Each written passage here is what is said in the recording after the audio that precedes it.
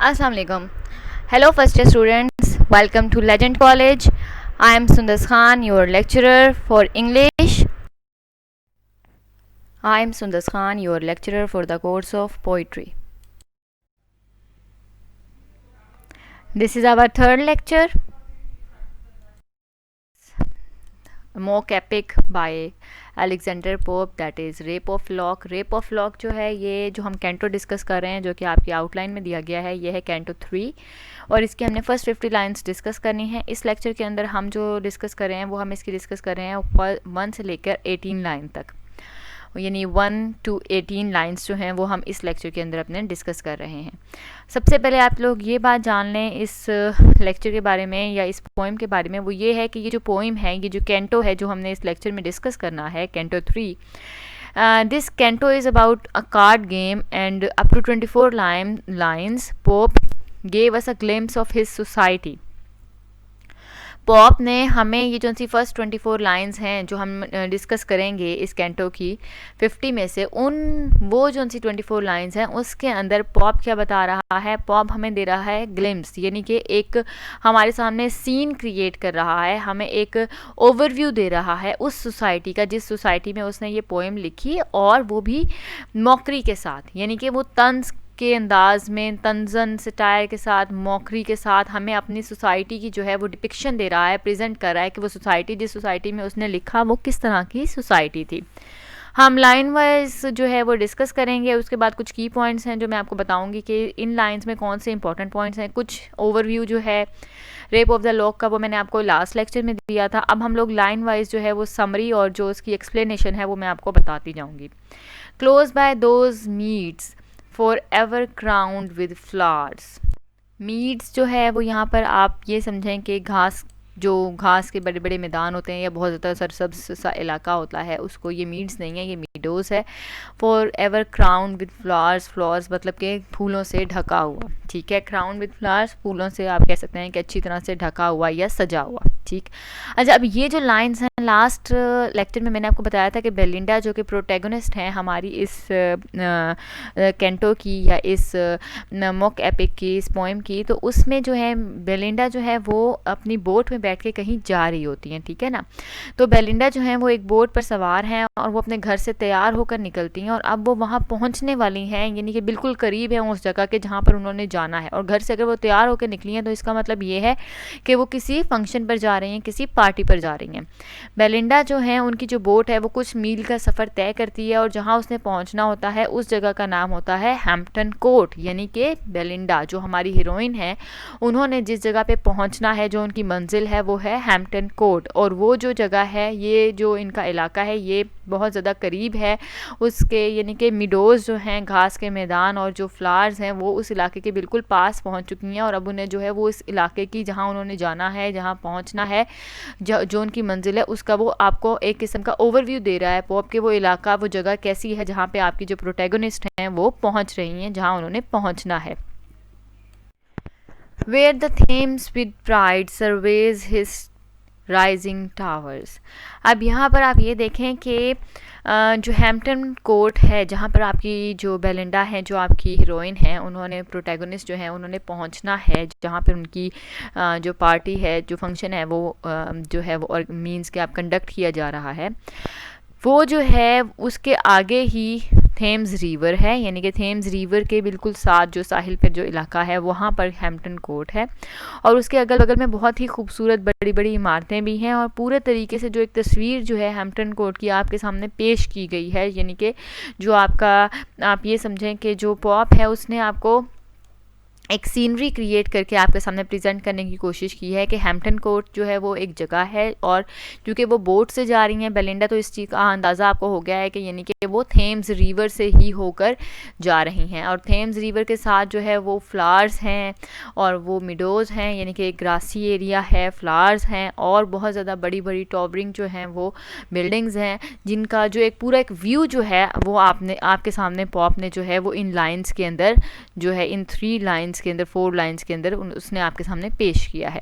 Third line अगर हम देखें तो there stands structure of majestic frame, ये भी लाइन आपको यही बता रही है कि देखें जी, और ऊंचे ऊंचे टावर्स और मिडोज और फ्लावर्स के दरमियान क्या है, एक बहुत ही मैजेस्टिक ढांचा खड़ा है जिसको आप नाम देते हैं हैम्पटन कोर्ट का। यानी कि हैम्पटन कोर्ट ये है, उसके इर्द गिर्द बहुत ज़्यादा फ्लावर्स हैं, मिडोज है, और एक साइड पे उसके थेम्स रिवर भी लग रहा है, बहुत ही करीब उसके लग रहा है। तो ये आपको पिक्चर क्रिएट की गई है, उस जगह की आपके सामने पिक्चर क्रिएट की गई है जिस जगह पर आपकी जो प्रोटैगोनिस्ट है वो अभी पहुंचेंगी, या जिस जगह पे वो पहुंचने के लिए निकल चुकी हैं और वो बोट में हैं। Which from the neighbouring Hampton takes it name. अच्छा, अब यहाँ पर आप लोग ये देख लें कि हैम्पटन कोर्ट जो है इसका जो नाम है हैम्पटन, वो इस तरह से पड़ा है कि हैम्पटन कोर्ट एक, मतलब कि हैम्पटन कोर्ट की हिस्ट्री अगर हम डिस्कस करें तो असल में ये जो एक जो पैलेस था हैम्पटन पैलेस, ये 1550 में बना था, और ये बनाया था सेंट जॉन कार्डिनल ने, और इन्होंने बनाने के बाद फिर इस पैलेस को प्रेजेंट कर दिया था किंग हेनरी 8 को 1526 में। यानी कि 1515 में ये बना था और 1526 में सेंट जॉन कार्डिनल ने ये किंग हेनरी 8 को एज अ प्रेजेंट जो है ये पैलेस दे दिया था, हैम्पटन पैलेस। और उसके बाद ये जो है ये रॉयल फैमिली की प्रॉपर्टी जो है वो कंसीडर किया जाता रहा, और रॉयल फैमिली जो है वो इसको एज आ रेजिडेंस जो है वो यूज़ करते रहे। तो ये हैम्पटन कोर्ट की जो है वो हिस्ट्री आप ये समझें, और ये वही कोर्ट है, वही पैलेस है जहाँ पर आपकी जो हीरोइन है बेलिंडा वो जाएंगी। Here Britain statements often of the fall for doom। ठीक है, अब ये वो जगह है, यानी कि ये वो हैम्पटन कोर्ट है, एक बहुत ही ये अहम जगह कंसीडर की जाती है क्योंकि यहाँ पे रॉयलिटी भी रहती है। मैंने आपको बताया ना रॉयल किंग को दिया गया था, तो रॉयलिटी भी इस जगह पे रहती है, और उसके साथ साथ रॉयल फैमिली के इस्तेमाल के साथ साथ इस जगह पर हमेशा बहुत ही ज़्यादा मशहूर और अहम लोग रहे हैं हैम्पटन पैलेस में।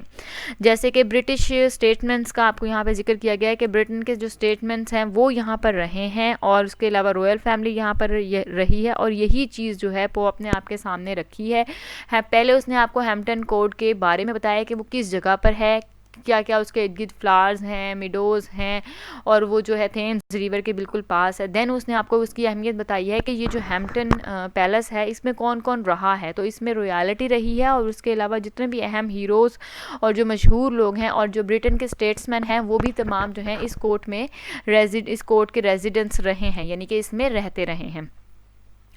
Of foreign tyrants end of names at home. अब तो ये बात हम लोगों ने लास्ट लेक्चर में भी डिस्कस की थी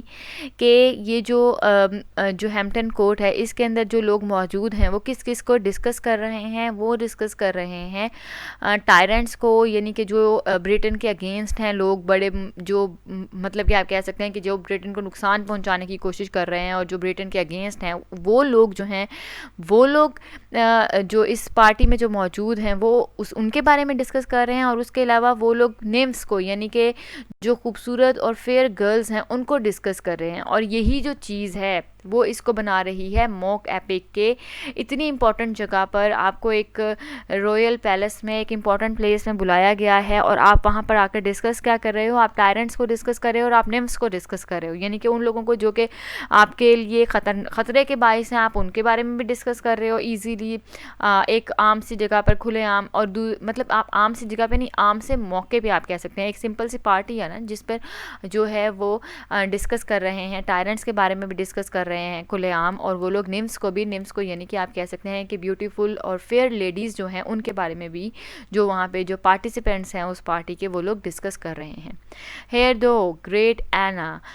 वो होम 3 रियाम्स ओबे। अब यहाँ पर आप ये देखें कि यहाँ पर क्वीन एना की बात हुई है। जो क्वीन एना थी वो 3 ममालिक की जो थी वो हुकूमत, 3 ममालिक पर उनकी हुकूमत थी, और वो कौन कौन से 3 ममालिक थे ये आप माइंड में रखें कि वो जो 3 ममालिक हैं जिन पर क्वीन एना जो थी वो हुक्मरानी कर रही थी वो इंग्लैंड है, स्कॉटलैंड है और आयरलैंड है। और ये तीनों ममालिक जो हैं ये क्वीन एना की हुक्मरानी में थे, और पॉप जो है वो यहाँ पर आपको जो बता रही हैं क्वीन एना का जो जिक्र कर रहा है वो बहुत ही ज़्यादा रिस्पेक्ट के साथ कर रहा है, और वो उनको एक आप कह सकते हैं कि ग्लोरीफाई करके उनकी ग्रेटनेस जो है वो रिस्पेक्ट से अपनी जो है वो शो कर रहा है।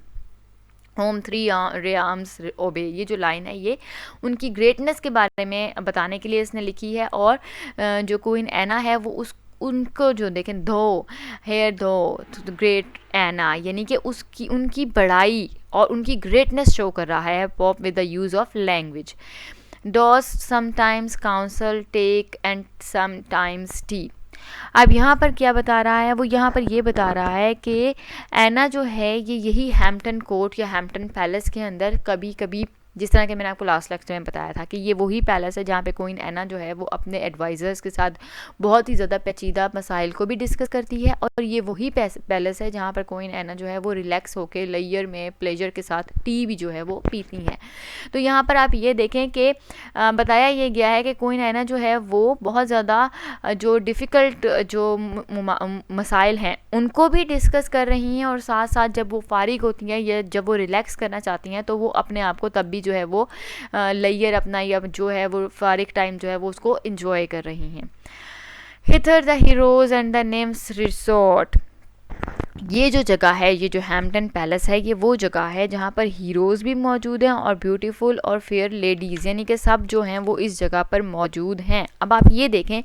एक पार्टी है और वो रॉयलिटी ने दी है, नोबल्स ने दी है, और वो जो होते हैं वो कुछ लोगों को बुलाते हैं। तो जब वो कुछ लोगों को बुला रहे हैं तो जिन लोगों को वो बुला रहे हैं, चाहे वो हीरोज़ हैं चाहे वो निम्स हैं यानी कि फेयर और ब्यूटीफुल लेडीज़ हैं,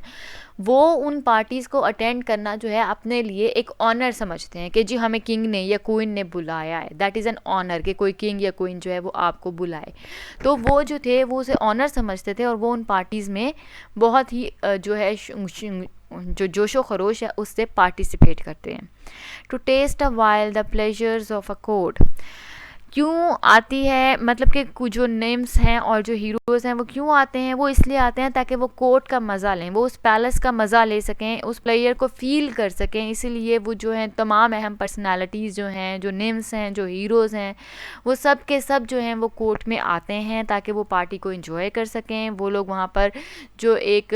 लेयर फीलिंग है, जो एक ऑनर दिया गया है उनको, वो उसे अच्छी तरह से उसको फ़ील करें। वो जो हैं, जो हीरोज़ हैं, जो नेम्स हैं, जो आप कह सकें जितने भी इंपॉर्टेंट पर्सनालिटीज़ हैं वो आते हैं ताकि वो एक दूसरे के साथ जो है वो कम्युनिकेट कर सकें, रिलेशंस कायम कर सकें। तो वो इसलिए जो है इस तरह के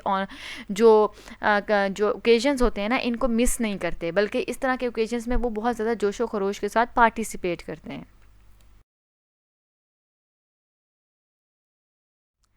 अगर हम 11th लाइन को तो देखें तो इसमें है कि in various talk the instructive hours they past. अब आप ये देखें कि वो आपस में बात करके कुछ अहम इंस्ट्रक्टिव आवर्स यानी कि घंटे जो हैं वो गुजारते हैं, यानी कि कुछ काम चल रहा है कोर्ट में, इसमें इस पर बात करते हैं। बाद में वो इसके बारे में बात कर रहे हैं कि लास्ट विज़िट, यानी कि आप ये देखें कि जो इम्पोर्टेंट चीज़ें हैं, जो इम्पोर्टेंट ओकेजन्स हैं या जो इम्पोर्टेंट उस एज के या उस टाइम ड्यूरेशन के जब ये पार्टी हुई उससे पहले के या उसी टाइम ड्यूरेशन के जो काम हैं उन पे बारे में जो है वो बातें करते हैं, और वो बातें करते करते वो घंटे गुजार देते हैं। आवर्स दे पास यानी कि घंटे गुजर जाते हैं।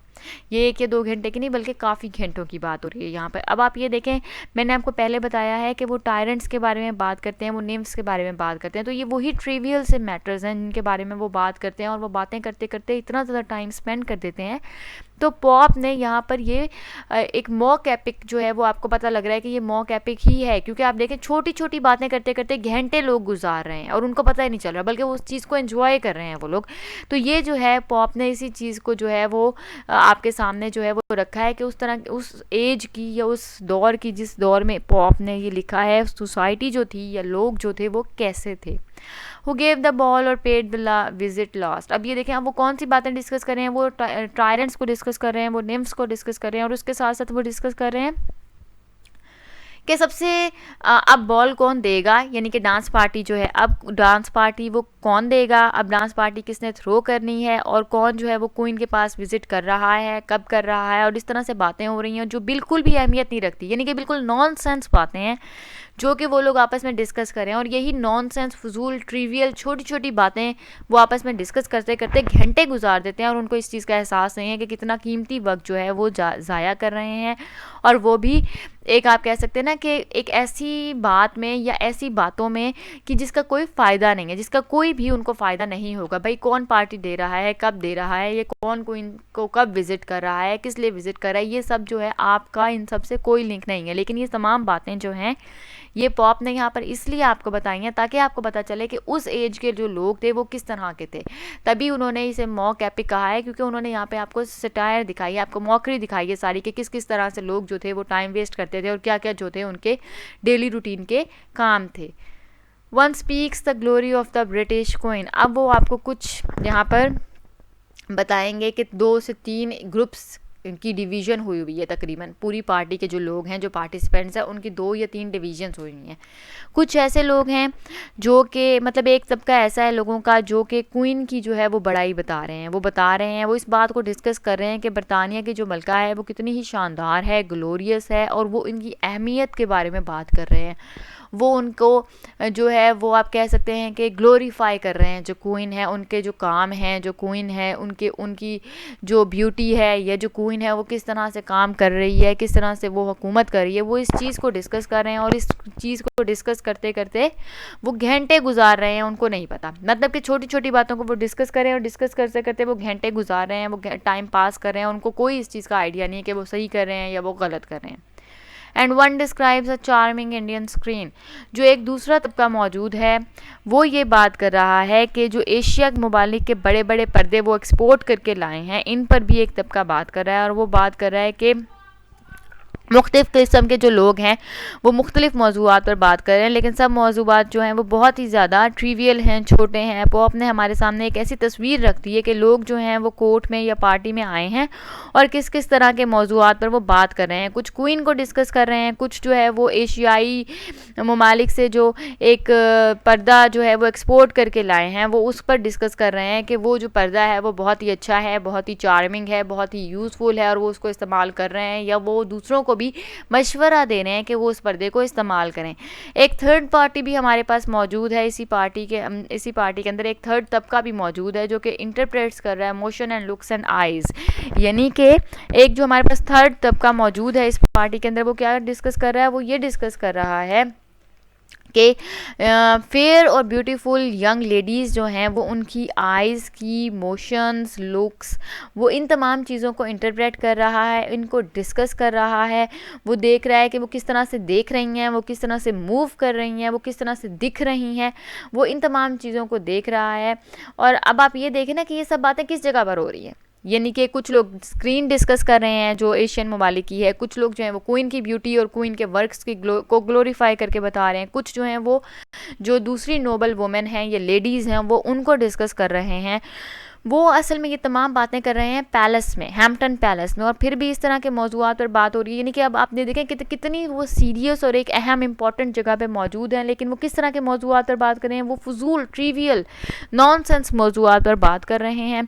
और इसी से हमें ये पता चलता है कि ये एक मॉक एपिक है, जिस तरह से इन इश्यूज़ को हाईलाइट किया है पॉप ने हमारे सामने, ताकि वो हमारे सामने एक ऐसी तस्वीर पेश कर सके जिससे हमें इस चीज़ का पता लग जाए कि जो इस टाइम के लोग थे, जो इस ड्यूरेशन के लोग थे, वो किस तरह के थे, उनके क्या तरजीहात थी, वो किस चीज़ पर फोकस करते थे और किस चीज़ को वो जो है वो आप समझें कि छोड़ देते थे। At every word a reputation dies. अब आप यहाँ पर ये देखें कि उन लोगों को कोई फ़र्क नहीं पड़ता था कि वो क्या बात कर रहे हैं, उससे किसी का क्या नुकसान हो रहा है, उससे किसी को क्या फ़ायदा हो रहा है। जो भी अल्फाज उनके मुंह से निकलते थे वो किसी जिसको भी डिस्कस कर रहे होते थे, अगर उसकी अच्छाई कर रहे हैं तो that is well and good, लेकिन अगर वो किसी की बुराई करते थे तो उनके एक एक अल्फाज के ऊपर जो दूसरे लोग थे जिनको वो डिस्कस कर रहे होते थे उनकी रेपुटेशन ख़त्म हो जाती थी। बिल्कुल वो जो थे वो लोगों की नज़रों से गिर जाते थे, क्योंकि लोग जो यहाँ पर मौजूद हैं वो बिल्कुल हाई और नोबल स्टेटस से बिलोंग करते हैं। तो जो वो किसी की बुराई कर रहे हैं तो इसका मतलब है कि तमाम के तमाम नोबल्स जो हैं वो उनके साथ स्टैंड करेंगे और वो भी उसको उसी नज़र से देखेंगे जिस तरह से पहला इंसान देख रहा है। तो इनको इस चीज़ का अंदाज़ा नहीं है कि इनके अल्फाज जो हैं वो किसी का कितना नुकसान कर सकते हैं, बल्कि वो सिर्फ गॉसिप कर रहे हैं। वो बात ही सिर्फ इसलिए कर रहे हैं ताकि वो लोग जो है वो गॉसिप कर सकें, मतलब कि कुछ भी ख़ास नहीं हो रहा है वहाँ पर जहाँ पर कोर्ट में पार्टी है, वहाँ पे कुछ भी ख़ास नहीं हो रहा, बल्कि आम सी बातें डिस्कस हो रही हैं। और यही चीज़ वो अपने हमारे सामने रखी है कि इतनी ख़ास जगह पर, इतनी अहम जगह पर लोग किस तरह से छोटी छोटी बातों पर बहस में मसरूफ़ हैं, छोटे छोटे फजूल मौजूआत पर वो बहस कर रहे हैं, बल्कि वो गॉसिप कर रहे हैं, वो लोगों के बारे में गॉसिप कर रहे हैं, वो लोगों को डिस्कस कर रहे हैं, लोगों के कैरेक्टर्स को डिस्कस कर रहे हैं। स्पेशली जो वो कैरेक्टर डिस्कस कर रहे हैं वो कैरेक्टर है लेडीज़ का, वो लेडीज़ के कैरेक्टर्स को डिस्कस करें कि लेडीज़ किस तरह से होनी चाहिए, लेडीज़ को किस तरह से मूव करना चाहिए, या वो लेडी किस तरह से मूव करी है और वो लेडी किस तरह से देख रही है और उस लेडी ने किस तरह का ड्रेस पहना हुआ है। ये तमाम चीज़ें जो हैं वो इतनी अहम जगह पर डिस्कस हो रही हैं। स्नफ और the fan supply each pause of the chat. अब स्नफ का मतलब ये है कि जब टबैको को यूज़ किया जाता है ना, जब टबैको को इस्तेमाल किया जाता है तो उसको स्नफ किया जाता है, ठीक है। और फ़ैन जो है, फ़ैन लेडीज़ खुद को हवा देने के लिए जो हैंड फ़ैन यूज़ करती हैं, वो इस फ़ैन की बात हो रही है। अब आप देखें, सिर्फ और सिर्फ 2 काम ऐसे हैं जो कि इनकी बातों में ब्रेक लेके आते हैं। तब जब अगर कोई मेल मेंबर जो है वो स्नफ़ करता है टोबैको को, तब ब्रेक होता है उनकी बातों के दरमियान, यानी कि कुछ पॉज होता है, कुछ ब्रेक होता है, वो अपना जो टोबैको है उसको स्नफ़ करता है वो भी, तो वो बात करते हुए अपना जो है वो ब्रेक लेता है। या फिर लेडीज़ ने जब अपने हैंड फैन से अपने आप को हवा देनी होती है तो वो उसको यूज़ करती हैं और उस टाइम पे जो है वो अपनी बात में ब्रेक करती हैं। तो ये 2 चीज़ें उन्होंने आपको बताई हैं। स्नफ़ जो है यहाँ पे बहुत अहमियत का हामिल है, क्योंकि ये एक ऐसा अहम फीचर है जो कि क्वीन एन के वक्त पर इसके जो है, आप ऐसे समझें कि इसको क्वीन एन के वक्त पर इसका जो है पहली दफ़ा लोगों को पता चला था। क्वीन एन का वक्त था जबकि इसको पहली दफ़ा लोगों के सामने लाया गया था और लोगों ने इसको यूज़ करना इस्तेमाल शुरू किया था। क्वीन एन से पहले टोबैको के बारे में लोगों को नहीं पता था, या पता था तो बहुत ही कम लोगों को पता था। With singing, laughing, ogling and all that. और ये जो वो लोग काम कर रहे थे, ये जो आपस में डिस्कस कर रहे थे, जिससे लोगों की रेपुटेशन ज़ाया हो रही थी, ख़राब हो रही थी, और ये जो फजूल छोटी छोटी नॉनसेंस सी बातों के ऊपर बहस कर रहे थे, नॉनसेंस से मौजूआत को डिस्कस कर रहे थे, ये तमाम काम वो क्या करते हुए कर रहे थे, वो ये तमाम काम गाते हुए कर रहे थे, यानी कि गाने गाते हुए वो ये कर रहे थे, ऐसी बातें कर रहे थे, हंसते हुए वो ऐसे लोगों का मजाक उड़ा रहे थे। और ऑगलिंग का मतलब होता है घूर घूर कर देखना, और वो गलत तरीके से जब वो लेडीज़ को, निम्स को डिस्कस कर रहे थे, उनकी मूवमेंट को, उनकी आइज़ को, उनकी लुक्स को डिस्कस कर रहे थे, तो एट दैट टाइम दे वर ओगलिंग, यानी कि वो जो हैं वो गलत तरीके से लेडीज़ को देख रहे थे और गलत तरीके से लेडीज़ को डिस्कस कर रहे थे। और यही सब वो काम हैं, यानी कि जो काम उस टाइम उस पार्टी में, जो हैम्पटन पैलेस की जो पार्टी है, उस पार्टी में जो काम हो रहे थे वो यही तमाम काम हैं। और यही तमाम चीज़ें जो हैं ये हमारे सामने पॉप ने रखी हैं, हमें ये बताने के लिए, हमारे सामने एक ग्लिम्स ओवरव्यू प्रेजेंट करने के लिए कि उस एज में, जिस एज में पॉप ने लिखा है, उस एज की हाई सोसाइटी, उस एज के नोबल्स और रॉयल्स जो थे वो किस तरह के थे, वो किस तरह से अपनी जो है वो अपने आप को, जो आप कह सकते हैं कि प्रेजेंट करते थे लोगों के सामने, और किस तरह के मौजूआत पर वो डिस्कस करना जो है वो पसंद करते थे। अब आप ये देखें, सॉरी ये लाइन, हाँ जी, ये लाइन 1 to 18 के जो इम्पोर्टेंट पॉइंट्स हैं, या आप ये समझें कि ये वो हैं। When Pope shows Queen Anne taking both council and tea, he comically mixes serious business with layer. अब आप ये देखें कि यहाँ पर सबसे पहले जो एक इम्पॉर्टेंट चीज़ है वो यही है कि क्वीन एन को जब भी क्वीन एन को पॉप ने डिस्कस किया है, उसका नाम लिया है, तो बहुत ही ज़्यादा रिस्पेक्ट के साथ लिया है, बहुत ज़्यादा रिस्पेक्ट के साथ उसने उसका नाम लिया है, उसके साथ जो वर्डिंग यूज़ की है वो बहुत ही ज़्यादा रिस्पेक्टफुल है। सेकेंडली ये है कि जब वो क्वीन एन के बारे में डिस्कस कर रहा है तो उसने आपको 2 बातें बताई हैं कि वो लेयर टाइम पर टी लेती हैं, और जब उनको कोई बहुत ही अहम मसला जो है वो डिस्कस करना होता है तो एट दैट मोमेंट वो अपने एडवाइज़र्स के साथ जो है वो उनसे एडवाइसेस लेती हैं, उनसे डिस्कस करती हैं कि क्या काम किस तरह से होना चाहिए। अब यहाँ पे वो आपको ये बता रहा है कि क्वीन एन जो है वो दोनों काम करती है, वो लेयर में यानी फ्री टाइम में अपने आप को एंजॉय भी करती हैं, और जब वो बिज़ी होती हैं या कोई बहुत ही मसला होता है तो वो उसको फुल अटेंशन के साथ उसको सॉल्व करने की कोशिश भी करती हैं। वो दोनों चीज़ों को मिक्स करके आपको बता रहा है। कॉमिकली उन्होंने प्रेजेंट किया है कि क्वीन एन जो है वो अपनी लाइफ को किस तरह से प्रेजेंट करती है, या जो क्वीन एन के लोग हैं जिनको उसने पार्टी में बुलाया है वो किस तरह के लोग हैं और किस तरह से वो अपने आप को बिहेव करते हैं। The ladies and gentlemen disperse to enjoy the pleasure of a day at court, namely gossiping, which nonetheless leads to the death of reputations। यानी कि वही बात है कि लेडीज़ एंड जेंटलमैन अपने आप को प्लेजर देने के लिए गॉसिप करते हैं, यानी कि वो अपने फ्री टाइम एंजॉय करने के लिए वो अपने आप को मौजूआत में या डिस्कशन में इन्वॉल्व करने के लिए गॉसिप करते हैं लोगों के बारे में, और उन्हें इस चीज़ से कोई फ़र्क नहीं पड़ता कि ये जो हमारी गॉसिप है, ये जो हम लोगों के बारे में बातें कर रहे हैं, इससे जिसके बारे में हम बात कर रहे हैं उसकी रेप्यूटेशन ख़त्म हो जाएगी। जिस एज की हम बात कर रहे हैं उस एज में रेप्यूटेशन वाज एवरीथिंग।